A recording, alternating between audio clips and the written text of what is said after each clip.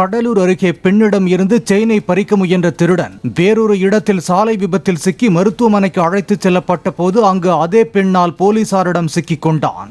சந்தோஷ் தமது மனைவி சுதா மற்றும் 2 குழந்தைகளுடன் பைக்கில் சென்றபோது அவர்களை உரசுவது போல் பைக்கை ஓட்டி வந்த அஜித்குமார் என்பவன் சுதாவின் செயினை பறிக்க முயன்றதாகவும், அப்போது அவனது டி-ஷர்ட்டை பிடித்து சுதா இழுக்கவே 2 பைக்குகளும் கீழே விழுந்து அனைவரும் காயமடைந்ததாகவும் கூறப்படுகிறது.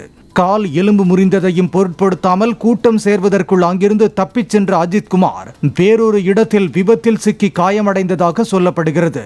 இதற்கிடையே கடலூர் அரசு மருத்துவமனைக்கு சிகிச்சை பெறச் சென்ற கணவன் மனைவியிடம் விபத்து குறித்து போலீசார் விசாரணை நடத்திய போது அதே மருத்துவமனைக்கு ஆம்புலன்ஸில் அழைத்து வரப்பட்ட அஜித்குமார் மீது போலீசாருக்கு சந்தேகம் வரவே அவனை புகைப்படம் எடுத்து சுதாவிடம் காட்டிய போது செயினை பறிக்க முயன்றது தெரிய வந்தது.